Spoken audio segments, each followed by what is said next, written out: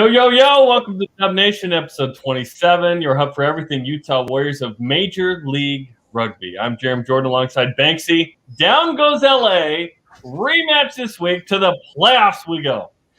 An exciting game, a great game, incredible momentum for these Utah Warriors who got a win in, I'll say, typical Warrior fashion with the added struggles of playing a man down at the end. Sometimes you got to win ugly, boy, and these Warriors did it. Dub Nation, baby. Let's go. We're going to recap the game, preview it. We've got a lot to talk about. We're going to talk to some awesome guys as well, Sama Malolo and Shaun Davies. So that's all coming up. We are live on the Utah Warriors Facebook, Twitter, and YouTube accounts. A little Thursday afternoon edition. On demand on KSLSports.com, the KSL Sports app, KSL TV app, and rebroadcast Thursday nights tonight on ESPN 700 and 960. Subscribe to the podcast version on Apple Podcasts, Spotify, and SoundCloud. If you've got a comment, fire away. We'll try and get to some of those. As we get into the show, we are handing out some swag per the norm. What do we have today, Banksy? That road jersey, the bright red with the mountains, best looking kit in the MLR. If you want this 2021 replica away kit, all you have to do is share the show on Facebook, retweet the post of the game on Twitter, let your friends know that it's playoff season, baby, and you could be winning that away kit replica red Utah Warriors jersey. We'll see some of those in the LA Coliseum this week at the playoffs. Some of the fans will be donning those, I'm sure. Congrats to Josh, by the way, on Twitter, who won last week's giveaway. So nice job, Josh.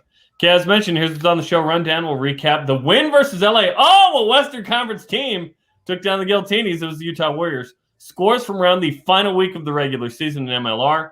What the standings look like after the dust settled on the regular season. We'll preview the matchup against LA again.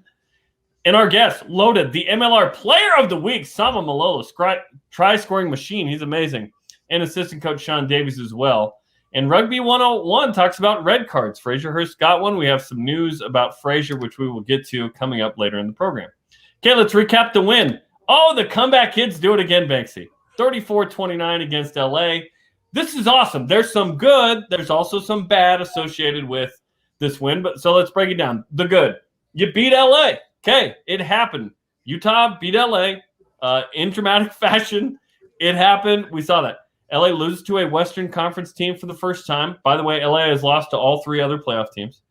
Momentum going into the playoffs, that's always good. Continuity with the Warriors who were with the Eagles and Canada and Fraser Hurst's case. They got back. The bad. Michael Baska injured his left shoulder again. We hope he's good to go for this week. He's a tough cookie. I imagine he'll play. Can he be as effective as he normally is? Fraser Hurst got a red card. Here's the news: 3-game suspension. So, not shocked. It was a bad play. It really was. And Fraser's a good player, and his emotions got the best of him. He's out 3 games, which means he's missing the rest of the season for the Warriors. If the Warriors win and then play in the MLR title, no Fraser Hurst, and then it's any World Rugby event, 3 games. So if he plays for Canada or another club or whatever, that extends. So that's a bummer for Fraser. Also, I don't want to make too much of a big deal of this, but we need to talk about it, Banksy. The margin, it was the starters for Utah, granted had missed 2 weeks. They were back. Against a squad for LA, that wasn't the same. And I felt like Utah was going to win the game based on the lineups. I just thought they'd win by more. I'm happy with the win over LA. I just felt a little weird after the game, even though it was a win. I felt like it was a good win for the team. Obviously, there's still a lot that needs to be tightened up. And, the difference in playing in international rugby and playing in Major League Rugby and playing a team like LA is how severely you get punished for your mistakes. And we saw it with the Eagles against England and Ireland, where the margin for error in your abilities on the field is so small because the quality of your competition can punish your mistakes. And that's, I think, really what we saw out of LA on a couple of their different scoring opportunities, even, with Josh Whippy losing the ball in the sun and letting it take a bounce. A little simple fundamental mistake, but good teams punish those little mistakes with points. And I think that's why the points margin was so narrow in this game and has been in a lot of other previous games, including the LA Giltinis losses, is they're a really good team at punishing you when you mess up, when you're out of position, when you make a little error. They usually capitalize on those errors with points, and that's what the great teams do. And we'll talk to Sama Malolo and Shaun Davies about how they felt about it, which was I love winning, don't get me wrong. I just felt like, and here's the good news, a couple of simple tweaks, and that's a blowout, and we're feeling maybe a little bit different. Perhaps the team feels fine, or maybe they're frustrated. Hey, we should have, I don't know. We'll talk to some Malolo and Shaun Davies. The good news is it just sets up a rematch where, okay, Utah has seen LA lose. I understand it wasn't the same LA team. 3 of the top 4 try scorers in the league play for LA. None of them even traveled. But Utah saw LA go down. Can they pull off the win again this week? We will see. Okay, let's recap the scoring. In the first minute, Adam Channel scores a try. All of a sudden, it's 5-0. It's like, okay, that was fast. Aston Fortine answers in the 4th minute, makes it 7-5. That was a nice response just a couple minutes later. This was a great build-up to this play, and it's that inside gap. The Maul turned a couple of phases. You see a big shove from Matt Jensen, sets up one phase.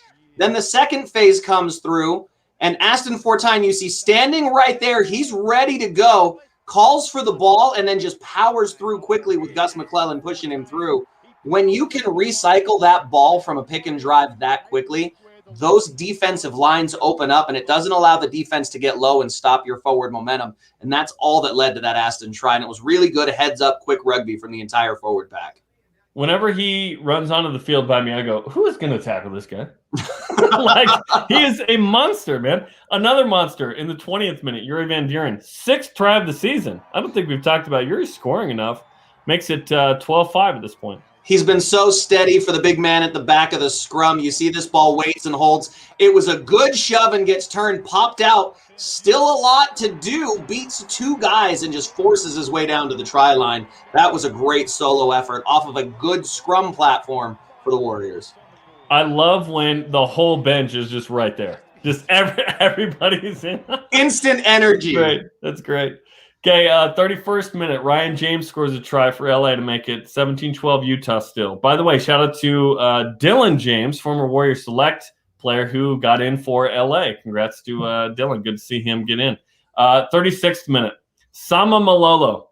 All he does is score tries, man. He scores his first of 2 in this game, his 9th try of the season, 22-12. Conversion no good. That was the struggle on the day. Didn't end up costing Utah the game. But there were some points left out there for sure. But Sama Malolo, man, he is we've said it all year. He's missed like 8 games and scored 10 tries. He would have scored 20 if he played every game, maybe. It's incredible the platform that this Utah Warriors forward pack gives whoever ends up at the back of that maul. Early in the season, it was Tuveri Vungakoto who scored several tries, and we got real used to seeing him set up at the back of the maul. Here it is again, taken high, and Sama just has that patience to get his shoulder in there, and then he looks up and sees the gap and immediately breaks for it.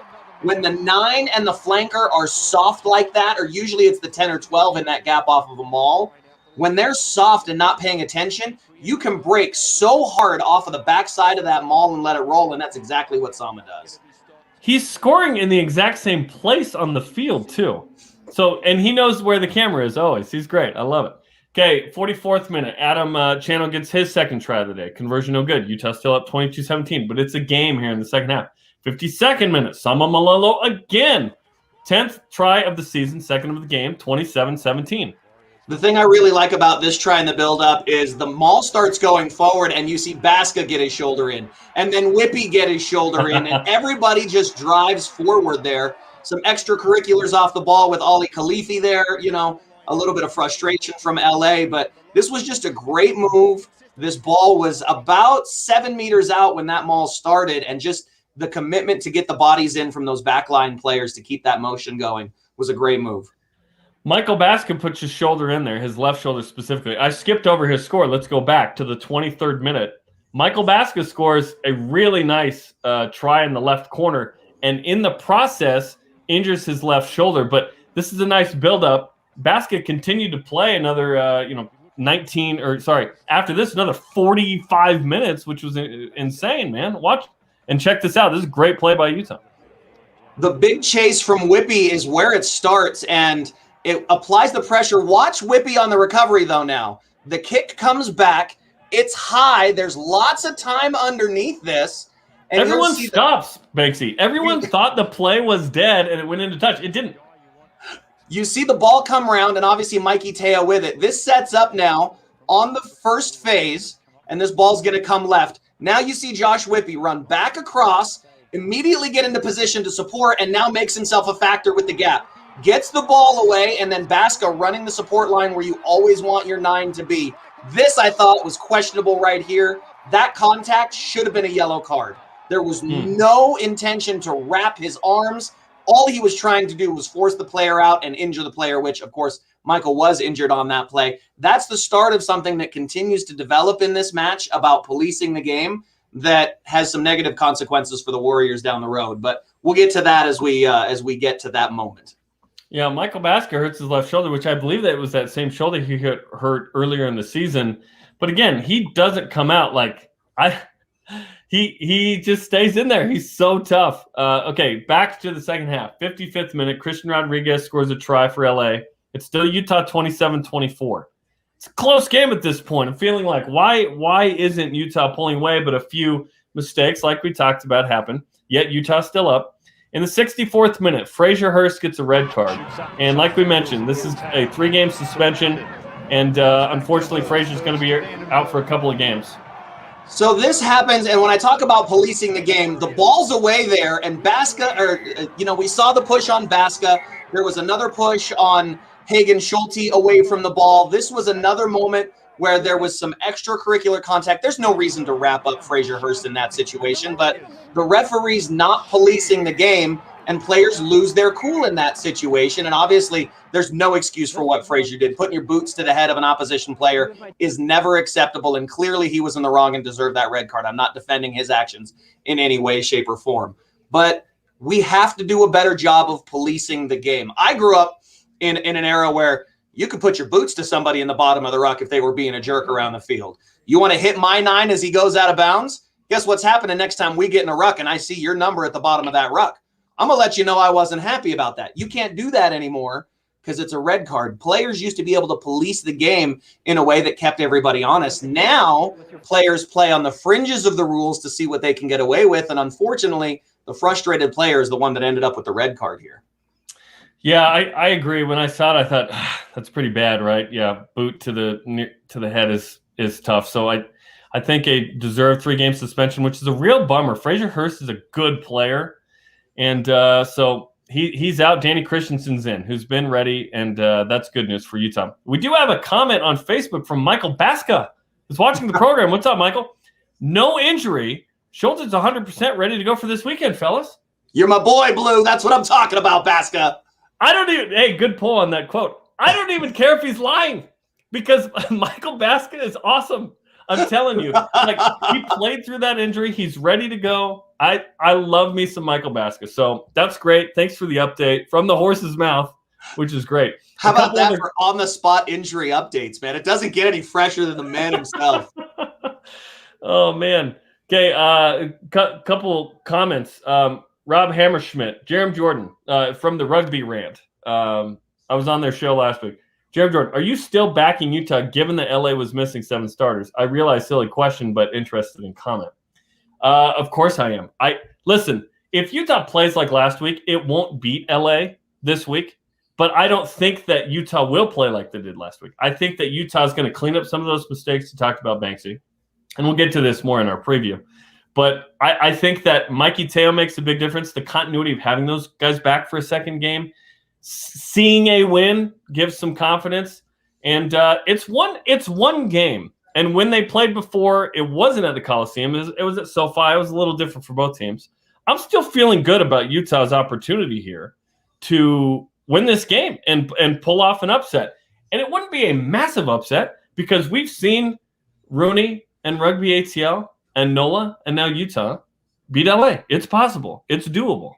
It's absolutely doable. And I think what we're seeing here are 2 differences in philosophy. Obviously, LA went out and bought basically an Australian provincial team and brought them in to play rugby here in LA for the season, where Utah, on the other hand, has developed with the added benefit, I'll put an asterisk on that, having been a team for several years, we've been able to develop local talent through our pipeline, support local and domestic players, and add some significant international flair around that. And we haven't signed anybody else or added anybody else to it. So you get an Australian provincial side that comes in with obviously guys like Matt Gateau and Adam Ashley Cooper.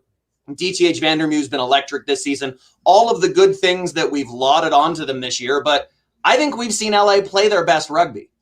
I think we've seen the peak of what LA's abilities are throughout this year.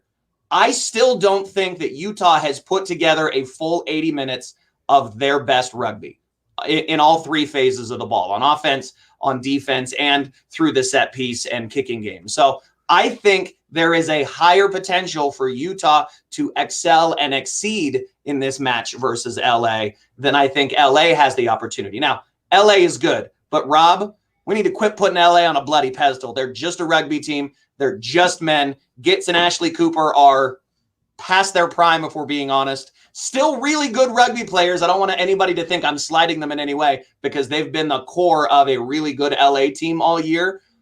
But there is a higher ceiling for these Utah Warriors to excel and perform at an elite level than there is for the LA Giltinis to be able to.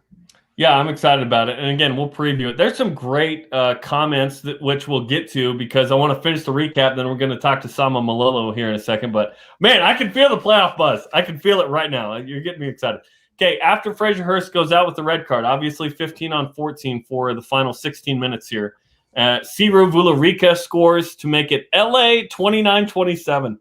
LA has taken the lead, with 7 minutes to go. So Utah's like, all right, let's do what we do. Mikey Teo scores in the 78th. He's playing scrum half, and Utah takes the lead, gets the conversion, and wins 34-29.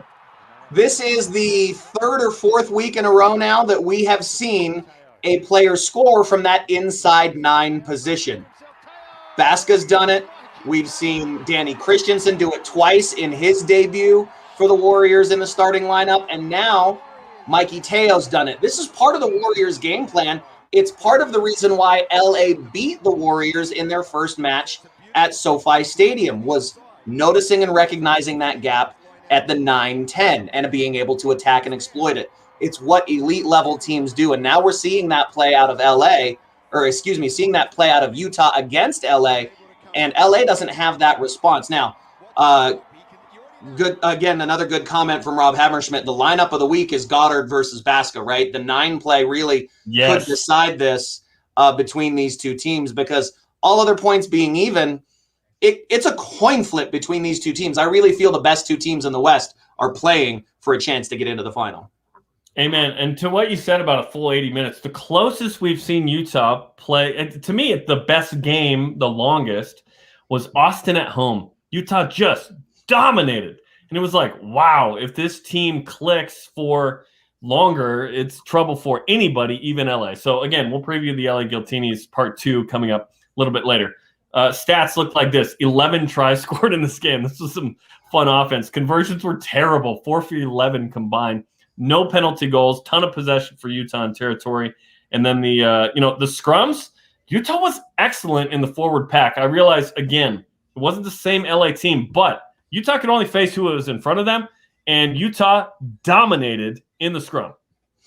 These set pieces, and LA has even conceded that the set piece is amazing and they don't really have an answer for it. They also don't want to have to deal with the back 3 of these Utah Warriors. So this puts LA in a tough position tactically. What do? Do you kick the ball into touch to keep it away from the back 3 of Utah and Mikey Teo and Mika Cruze and Josh Whippy to try and minimize those guys? Well, now you have to face the line out or the scrum of the Utah Warriors. Do you not want to face the scrum of the Utah Warriors and try and kick it to the back 3? Well, now you got to face those 3 guys I just mentioned in some pretty excellent counterattacking rugby. So things bode well for the Utah Warriors in that lineup because of the performance that they put up at Zions Bank Stadium. Okay, the Cardiac Kids do it again. 7th win by 7 or fewer. 7 of the 10 wins came in tight games like that. 11 of the 16 games total decided by 7 or fewer. Love this graphic. And 17 bonus points is the most in Major League Rugby. So the Cardiac Kids do it again. Congrats to the 3 members of the Warriors on the first 15 this week in MLR. Sama Malolo is the player of the week. We'll talk to him in just a moment. Austin Fortana at lock, and then Mikey Teo at 15, which he was playing scrum half for the win. Congrats to those 3. Let's bring in the Major League Rugby player of the week. His name is Sama Malolo. 2 tries. He's got 5 tries in the last 3 halves and a team-high 10 tries On the year, not bad for the hooker. Sama, welcome back to Dub Nation, and congratulations on the win Saturday. I think you're muted. The only person who stopped Sama Malolo is Sama Malolo. Is that working? There we go. Yeah. Hey. Right. Congratulations on the win, man. And just this amazing streak of 5 tries in 3 halves. What's gone right for you? Yeah, man. No, first of all, yeah, like my mic was muted before, but yeah, thanks for having me, guys. It's nice to be back. I think it's just been over the course of the year, it's just always been just a set piece focus. So, like, bit of background into what goes on behind training. I'll pull over some of the boys, like a couple of our trainee boys, and just do a little bit of line out extra, just a little bit every now and then. And you know, we knew that moving into this LA game, you know, set piece is going to be really important. So, yeah, like it's obviously like a team thing. Like it's easier to cop a try, but you know, when you just have the back of the maul and the maul platform's really good, then you know it almost is just a team try. So set piece been going well over the past few weeks, and yeah, I was just lucky to be at the back of most of those balls. So the first try was great. It's a classic bit of Sama action. You know, we've seen you form up so well. Talk about the second one though, when Baska puts his shoulder in. And then Whippy gets his shoulder in. When you've got the 9 and 11 going in on a maul, that's got to feel pretty good as a single-digit jersey number, knowing these guys literally have your back right now. Yeah, but I don't know if you watch it in slow motion, you actually see the maul slows down a little bit. And it's not until Baska and Josh inject themselves and the maul starts to get a bit of go forward too. So, yeah, man. I mean, it's one of the most relieving feelings knowing that you got boys that'll ride or die for you. So, yeah, I'll take that with both hands, man. It's awesome. So beating LA obviously is good. There were a few things to clean up going into round 2. How did the team feel about the win, given the lineups, getting the 6 dudes back right from the test matches? Yeah, I think like just talking with some of the boys directly after the game, straight after the game, we already knew what we need to improve on. We've started to implement a new defensive system, and I know the timing's a bit weird, you know, given that we got playoffs week. But we implemented a new defensive system a couple of weeks ago. So I don't know if we've noticed in defense, we used to go from at the start of the season just a line speed team where, you know, big shots are coming forward. We're really going after their boys at the start of the season. We're transitioning more into a connection team. So LA was actually the first time, our first game implementing this new system. And where we kind of went wrong in defense is just when we started to fall into bad habits where boys would jam when they've got an overlap, or, you know, we're numbered up and we're not pressing forward. So straight away, like we already knew the fix. We knew that, you know, LA scored off our mistakes. They didn't score off their shape. A lot of their tries were from, you know, either counter attack or, you know, just identifying space when it wasn't there. So honestly, mate, like I'm pretty confident.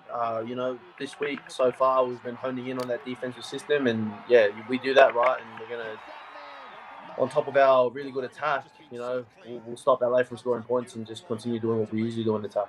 So, how do you manage with everything else going down on the field? There's 30 guys, bodies everywhere, mass carnage, that as soon as you dot the ball down and score, you know immediately where the camera is every single time. Come on!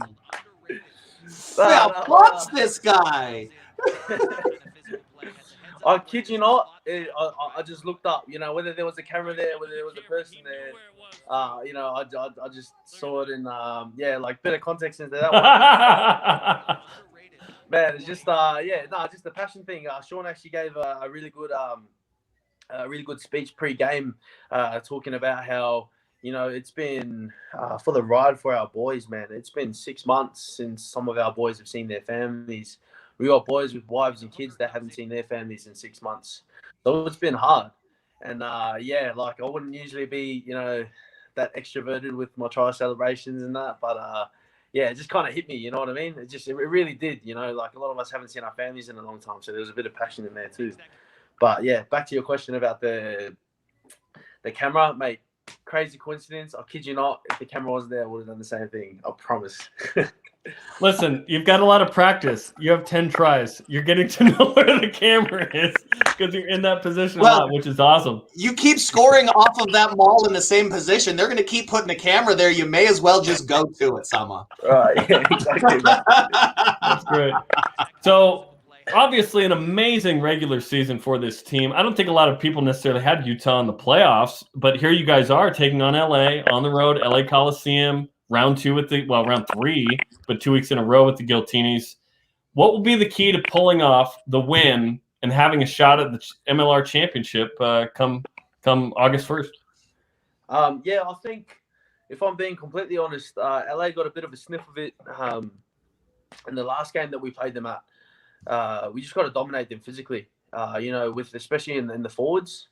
If we just exercise and talk about with the boys, with our detail in our attack and also in our tight defense, if we just dominate that physicality in that first 20 minutes, you kind of want to create the sense in their minds that, they don't want to do this for another 60 minutes. So if we dominate the physicality up front, just in regards to our structure, in regards to our carries and the way that we play our footy, we think that, we're going to put them in for a rude awakening. And, that's something that I genuinely believe, and talking around the boys this week, we genuinely believe it too. So honestly, we win that physicality up front, it's going to be the key to our success this week. So talk about some of the adversity that you guys have overcome this year, because I know you battled with some injuries early in this season, and it was always backed up by the next guy. You all hold each other accountable so well. How does it feel now that you guys are all coming healthy, it seems like, at the right time, and things are starting to click? What's the vibe like inside the training room for you guys? There's this feeling around everyone that, this whole season's kind of been, we'll mix and match with this, we'll try this, we'll fail this, and then try again later. But now that it's coming to crunch time, there's a really big opportunity for our team to really showcase what's going on behind the scenes. Because as you guys know, there's a lot of stuff that goes on behind the scenes with a professional organization. There's a lot of adversity that goes on with some of these boys. And now that, we're all coming healthy, we're all coming well, we've got a really good opportunity to just showcase to the world that, Utah Warriors as an organization have always come through adversity and overcome adversity. And that's how we're going to do it again this week. Well, I love it because it speaks to the culture and the values of this team and organization. You're exactly right. The crowd has been amazing, #1 in MLR in terms of attendance and just juice. You guys were so incredible, obviously, at the end of games this year. And it's been really fun to watch this regular season. Now it comes down to the playoffs. So best of luck Sunday afternoon. We can't wait for this one. And congratulations on being named Player of the Week in the league, man. Oh, flattered. Really appreciate it, guys. Thanks heaps, eh? Chambers. Okay. Sama Malolo. He knows where the camera is now. Okay, don't forget to purchase your 2022 season tickets today. You can renew those, warriorsrugby.com. And based on how we saw this team play, that's a good ticket to get, man. Come on. It's not just a good ticket to get, it's the ticket to get, all right? If you want something that is high energy, action-packed, free-flowing, and it's something that you can bring the whole family to, Warriors Rugby is it. I mean, get together with your friends and get here, Dub Nation, because we are all in for the nation, not just through these playoffs, but looking ahead to 2022. What we've got is something special here in Utah that other teams around the league are a little jealous of. So make sure you're a part of that movement and get your season tickets. Go to warriorsrugby.com and get them now. Okay, hang with us. We'll talk with former Eagle turned Utah Warriors assistant coach Shaun Davies coming up in just a moment. Okay, scores from Week 18, the final week of the regular season of Major League Rugby. Seattle beats Houston 40-21. That was back on Thursday. NOLA defeats Rooney 35-32, but Rooney gets a bonus point and gets into the playoffs with that fourth try in the East as the 2 seed. Old Glory DC upsets Austin 29-25. Austin finishes third in the West. DC finished with a strong conclusion to the East there. And New England upsets Rugby ATL 22-19, but Rugby ATL was already the 1 seed prior to the game. Okay, final standings of the regular season look like this. The LA Giltinis top the league with 63 points. Utah and Rugby ATL both have 57 points. Rugby ATL gets the tiebreaker because they have more wins. Rooney ends up with 53 points on the other side to be the 2 seed, as we mentioned. So Austin just out in the West, Nola just out in the East. We've talked about it. I really want to see the 2 play the 3 seed with the 1 getting a bye next year in the playoffs, if that's possible in the league. I think it'd be a more exciting race to the end of the season. I think if I'm the competition committee, that's exactly what I'm looking at, because you're talking about 2 really good teams, both in the East and the West, on the outside looking in. And you want to talk about a build-up now to a championship game. You've got a real playoff scenario on your hands where 2 plays 3, and then you play 1 for a chance to get into the MLR Cup. You know, you want to go to the ship, you got to earn it. Now, Rooney's going to have to go through, I believe, Rugby ATL 3 different times to make that happen. Utah's going to have to go through LA 3 different times to make that happen. And vice versa for LA. They're going to have to go through Utah 3 different times in order to get into the ship. So I really feel like the 4 best teams are in the championship round, but I think the competition for the fans and for these players who've worked so hard, they deserve that extra playoff spot in almost like that wild card round as 2 plays 3. Yeah, and eventually, if the league gets to 16, maybe you go 4 on each side. We'll see. How advanced we can get with more teams. Okay, the game is Sunday. Utah at LA, 4 Mountain Time on CBS Sports Network. You can listen to our call on ESPN 700 and 960 as well. But there's a playoff watch party, baby. You can hang out with fellow Warrior fans and enjoy this. This is going to be great. There's going to be food and drinks, the Red Bar and Grill. Maradona Way, the Redemption at Maradona Way in Harriman. If you've been out to Zions Bank Stadium, you know where Redemption is. It's that bar, grill, and restaurant right as you turn in onto Stadium Drive off the highway. So make sure you're there with Warriors Nation. Make sure you come with your red kit on, and let's cheer on these Warriors to victory, baby. Yeah, it's going to be a fun watch party. Hang out there, watch the game, enjoy it. It's Sunday. You can hang out at 3, starting at 3:30. Games at 4 Mountain. And the other game, by the way, in the East is Saturday at 6 Mountain on CBS Sports Network. Rooney at Rugby ATL. Rooney won both matchups in the regular season. Who do you have in that one, by the way? I give Rugby ATL the edge in this because they're playing in Atlanta. If they were playing in New York, I think I would give Rooney the edge in that. That, I think, is going to be a game decided by 3 points. Ooh, it's going to be a tight one. I love it. If there was a Vegas line on the Utah at LA game, I would guess that it'd be something like LA by 8. But that doesn't mean... I was going to say LA plus 7 is probably what the Vegas odds would be on that. Yeah, like a score or a little...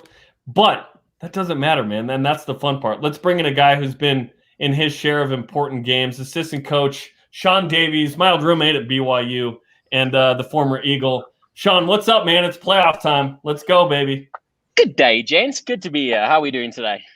I'm good. I did want to start with this. Do you know your Eagle number? Yes, I do. 431. Ooh, nice. That's awesome, man. Had to think about that one for a second, but yeah. So, Shaun, this last week was interesting because you got the 6 boys back from the test matches. You needed to get that continuity again after 2 weeks away. LA throws out kind of a different lineup. They rest some guys. How did you feel the team performed given those circumstances? Yeah, so attack-wise, we went in with a goal, and the goal was to acclimate the 6 new boys back into the team, back into the shape, and get confidence. So we did exactly that. We didn't want to show too much because obviously going into LA again this weekend, we didn't want to show them the same picture twice in a row. So we kept it fairly simple, and I think we ticked the box with how this last weekend went attack-wise. So very happy with the boys, the 6 boys being back, and very much looking forward to this one this weekend. Very much looking forward to it. So when we talk about where the play starts and where it ends, 2 things you specialize in, obviously where it starts and the number 9 play. All 3 of our guys from Basca all the way down to DC have been fantastic. Now with Frazier out and DC stepping in, I feel like we've still got pretty fantastic 9 play. And we want to start where it ends, the finishers, those guys in the back 3. All of them from, Mika on the outside, Mikey playing and doing what Mikey does, and Josh on the other side. Those guys seem like they're really clicking now in a different way than what we saw earlier in the year. Is that just the maturity of these players, or is there something that you guys have seen that you found that works for these players? Yeah, we had a fairly new backline, so going into this year, so it was always going to take time to get the timings down, get the boys confident with each other, and I think now we're kind of starting to hit our stride. And to be honest, I think there's another level as a backline we can get to, and I really, really think we can this weekend. But it's just giving the boys the confidence. When we're confident and we're playing with a smile on our face, honestly, this backline's unstoppable. So if we can do that this weekend, we've kept things fairly simple. So we should be very confident with the game plan. And again, just having a smile on our face, and we'll see more of trials like this from Bass. Absolutely, and he's playing through, what I thought was an injury. He said on the show, "Hey, I'm not injured. I'm 100%. I'm good." He's awesome that way. He just wants some love. That's all. You gave him the love he wanted. Listen, so now he's happy. Everyone wants words of affirmation, right? Exactly. What will it take to beat LA in? Let's be honest, this is the biggest game in Utah Warriors history coming up on Sunday. Yeah, so I think the big thing for our boys is that when we go out there, express ourselves, we go bloody well. And the issue is that often when you get into playoff rugby, boys start playing within themselves. And that's not how we play. We want the guys to go out there. We want them to express themselves and have fun. So as long as we stick to our guns, stick to what we've been doing within our shape and structure in the correct areas, I have full confidence in our guys. We can go out there and put ourselves in a very good position attack-wise. But again, as long as we express ourselves with a smile on our face, that's when we play in our best rugby. And it's an entertaining brand of rugby. It's been fantastic. I thought Mika played really well, had some great breaks in this game. Mikey obviously did what Mikey does. To your point, I still don't think we have seen an elite level performance starting at the 12 and 13. I feel like those guys have kind of been corralled in, and a lot of that's because of the defensive plays that they've been able to make, and they've been outstanding. But we know Calvin's great with his hands. We know Tyler's such a physical runner. I feel like these guys are just a shoestring away from making some electric tackles and really blowing this thing wide open. Yeah, no, I agree 100%. I think the funny thing is that in the beginning of the season, Tyler was in awesome form and he was going bloody well. And then unfortunately, he had his hand injury. So Calvin stepped up and he's been going bloody well. And I think this weekend is on a narrower field with two fairly big boys. I think you'll see them, start to click this weekend because we've been putting more and more pressure on them to take more ownership of their roles, boss the forwards around more. And when we find that space, I think it's going to be a pretty thing because again they've both been hitting form at different times. So I think this weekend will be a pretty good picture for both of them to go into have a good one. We kind of saw that shift when Calvin went to 10 when Hagen was out for a bit of rest. Like clearly the quality of play is there. I mean, I've known the kid since he was in high school and he's an absolutely electric rugby player with the ball in hand. And I've sensed a little bit of frustration out of Tyler in the way the game has come to him this year, but all they've done is stand on their heads and make plays for this Warriors rugby team. And I think that's going to start paying dividends. Like you said, on a narrower field where physicality is going to matter, the advantage, I think, is to our forward pack. And then with two big physical centers like that, I think it makes that defense commit inside and then allows our back three to do what they do, really. Yeah, exactly. And the thing is, not only are our forwards bloody physical, we have Hagen is 95 kegs. He's a big boy not himself. A small guy either. Basker's taller. Marky's fairly big, and we have a big dominant backline. And just because we shift the pull around and start looking for the space, a lot of teams forget about that. But on a narrower field, if we do need to take advantage of the physicality, obviously we want to stick to what's been working well for us.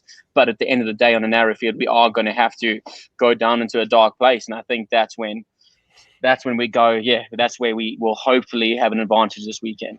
When you say dark place, that means you're coming into my world. That means you're coming in right around the ruck. That means we're playing in close. I love that kind of talk, Shawnee. Unfortunately, Banksy, I think the game might be a bit fast for you now, bud, so we'll see how it goes. The game was fast for me when I was in my prime. Exactly. We're talking to Shaun Davies, assistant coach for the Utah Warriors. Obviously, with Frazier out on the 3-game suspension, Danny Christensen steps in, but all we've seen from him is productive play, and he'll be ready for that moment. Yeah, and they offer different things, but DC's DC. Like, there's no one more respected on our team than DC. He he is the most unselfish human being. And I'm not just saying that because we're talking about him. He is really and honestly, truly a good human being. And the boys love him for that. And as you saw against Atlanta, he played 80 minutes, got man of the match, and was on team of the week. So we blessed as a team to have 3 really good nines. Basker's obviously leading the charge, and he's very good about helping everyone out. And we just have the energy where the boys want to get better and they want to help each other get better. And you can't go wrong with that, right? You can't go wrong, indeed. Scrum half in your family as well, by the way. Congratulations to you and the missus on the birth of your little baby. Look at that. Oh, what a cutie. What a cutie. There's one person bringing down the quality of that photo. So. Growing Dub Nation one at a time. It's a pity Dad looks like Tom Hardy in that Charles Bronson movie. Hey, I'll take that. Tom Hardy any day, bud. He's a hero. He's a true hero. That's great. Well, congratulations on all the success, and of course, you and Katie with remind me, Olivia Jane. Olivia, Davies. Yeah. Oh, beautiful, beautiful name. Well, good luck Sunday. We'll of course be watching, calling the game on the radio, and of course, go get that dub, man. It's going to be an awesome game. Thank you, guys. Appreciate it. Yeah, thank you. Okay, Shaun Davies, the assistant coach for the Utah Warriors, former Eagle himself. Great stuff there. Okay, let's preview this matchup in the final moments here. Utah at LA, Sunday, July 25th, 4 Mountain, CBS Sports Network, ESPN 700 and 960. This is a big one. Number 1 versus number 2 in the West. Of course, they met last week, 34-29 win for Utah. They split the regular season. Back on May 15th, LA won 38-27 in SoFi Stadium. Players to watch in this one. Matt Cateau, of course. Adam Ashley Cooper, former Wallabies. They're tremendous. Harrison Goddard's been one of the best, if not the best scrum half in MLR. Debatable. We kind of like how Michael Baska plays, right? Billy Meeks as well. Angus Cottrell is out for this one on a suspension as well. That's a big storyline in this one too. He was the man of the match when these two teams met at SoFi Stadium. That's a big playmaker for them and a leader in their crucial minutes off the field. It'll be interesting to see how that plays out with how dynamic the loose forwards for this Utah Warriors team have become. The consistency of having Lance Williams, Bailey Wilson, and Yuri Van Vuren in there game after game after game. These guys play so well together, and they're going to really have to step it up and be disruptors at the breakdown and slow this LA team down for Utah to have a chance.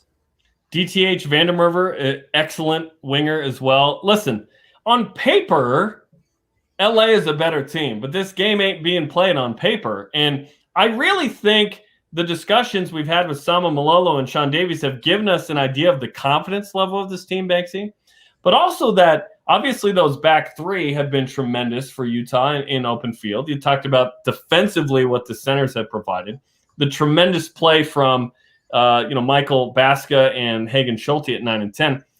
The forwards are, I think, where this game hinges. The narrow field, as mentioned at the LA Coliseum, will make it so that this game might be a little more low scoring. That's when LA has lost typically this year, is when they've been beaten in the trenches, if you will, in these set pieces. So do you feel like the Utah forwards can own this game to set up Utah to win it? Well, it's a bit of a different philosophy in structure, really, isn't it? Like LA wants to spread the field out with their back line to stretch your defense, and then that's where their forwards come into play and they become a factor. That's where Meeks has been so good. For Utah, it's the strength of the forward pack in tight, and they make you commit more defense inside, and then that's where the back line play opens up for our back 3. So it's a slightly different outlook on how they're going to approach probably the early 20 to 30 minutes of this match, and I think advantage Utah in those jittery minutes. And it's going to be the set piece and the structure and the technical soundness of this forward pack that is the difference maker for Utah. Utah can certainly hang if it's a high-scoring game, of course. That's 1v2 in terms of best offenses in the league. But I wonder if this needs to be a low-scoring game for Utah to pull it off. If it gets into the 30s, that's kind of where LA loves to live. But also Utah loves to live in the we're behind getting into the 30s as well. So I don't know how the game will play out. It doesn't have to play. Like sometimes, when teams pull off an upset or before the game, they have to play perfect. No, they don't. They just have to play better than that team that day. And it just happens to be the playoffs. And it happens to be, as I mentioned, this is the biggest game in team history. So you nailed it. It's all about, excuse me. Ugh. It's emotional. I Excuse understand. me for a second. I Listen, caught a little something funny there. Samo was getting a drink. You can too. Right as I was going to talk there, I got a little something there, got a little choked up, and now I've completely forgot what I was going to say. Play rugby. Play your best rugby. At the end of the day, there is no tomorrow, and you just got to hang it all out there. I'm back in Dub Nation all the way. People need to stop worshiping this LA team like they're God's gift to rugby. They're not the All Blacks. They're not even the Wallabies. Hell, they're not even Argentina. They're just the LA Guiltinis, and we've seen them go down 4 different times this year, and we're about to see a 5th. Dub Nation, let's go. Let's go, man. I can't wait for it. That's all I got to say about that. Okay, Rugby 101, red cards. There's some questions from people about, okay, what's going on here? Hey, what's up, Sonny Bill Williams? How you doing? Okay, if a player gets a red card, obviously it's more severe than a yellow. That means they're in the sin bin for the rest of the game. Fraser Hurst, of course, this happened to him. So the player can't be replaced for 20 minutes. This is actually kind of new. It used to be that you play the rest of the game, right? They said, well, let's make it 20 minutes. And MLR reviews the play to see if a suspension is merited after that. They did, and as we mentioned, Fraser Hurst is out 3 games. But, yeah, if you get a red card, it's a big deal. Josh Whippy got a red card earlier in the year against Toronto for a high tackle. They reviewed it, and they said it wasn't actually, deserving of a suspension. So he was out, and those things applied, but he played the next week. In the case of Fraser, obviously that was more severe. He's out 3 games. I think what they look for in those situations, specifically with the red card too, is intent. In Josh Whippy's case, where he got the card, he wasn't intending to hurt the player or do anything that was south of the laws. He was just playing in a passionate moment of the game.